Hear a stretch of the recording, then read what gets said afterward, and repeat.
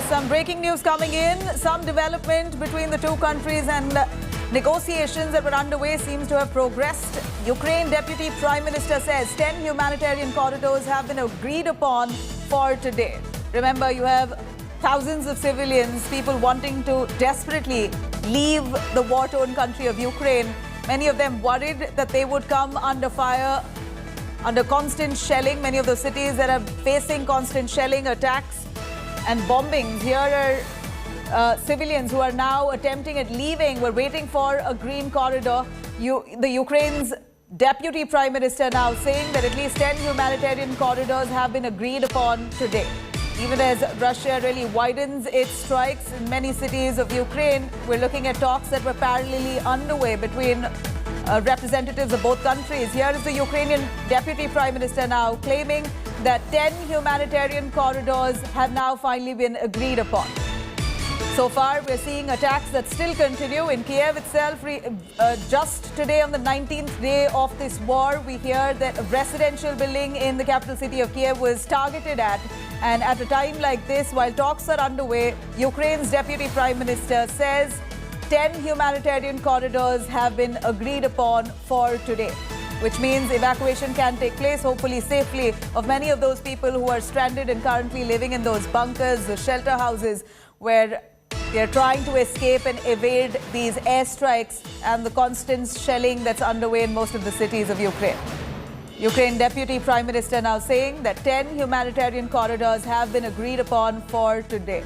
This comes even at a time when Ukraine claims that these humanitarian corridors or green corridors were also targeted at by the Russian troops, even though Russia, of course, has denied these claims, that they're claiming that their only target has been military establishments and not civilians. Here, after 19 days of war, talks that parallelly continue between Ukraine and Russia are finally making some progress here. Ukraine's Deputy Prime Minister himself claiming that 10 humanitarian corridors have finally been agreed upon for today, which means now in the hours to come, 10 humanitarian corridors will be laid out for evacuation to take place, for aid to reach many of those people who are currently stranded, and those wanting to leave the country will have a safe passage, hopefully, for today, as 10 humanitarian corridors have been agreed upon as per the statements of Ukraine's Deputy Prime Minister. This is day 19 of the invasion. Ukraine's Deputy Prime Minister now claiming that 10 humanitarian corridors have been agreed upon for today.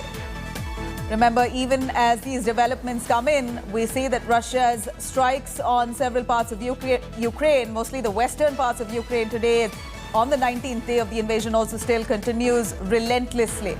Strikes still have been reported, shelling constantly in many regions of Ukraine, western parts of Ukraine. While that said, talks have had some progress. As per the Deputy Prime Minister of Ukraine, he says that both the countries have finally agreed upon 10 humanitarian corridors for today. Hopefully, those people wanting to be evacuated will have a safe passage along 10 routes to be reaching to safe places. In fact, this comes even as airstrikes continue unabated in Kyiv. These are the latest developments that we're tracking. India Today's largest team of reporters on ground, bringing us all the factual updates.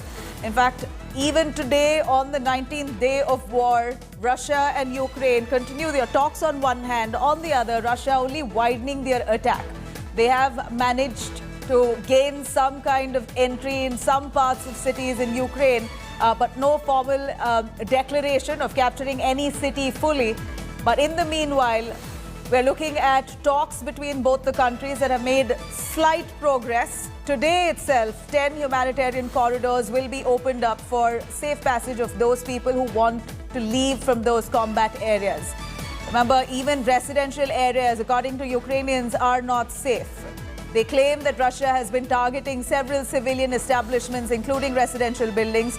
Today itself, in the capital city of Kyiv, we hear that one of the residential buildings were targeted at. Ukraine's calling it a deliberate attempt to shake and deter the spirit of civilians, many of whom are standing to fight for their country, taking arms and ammunition themselves, doubling up as soldiers of Ukraine.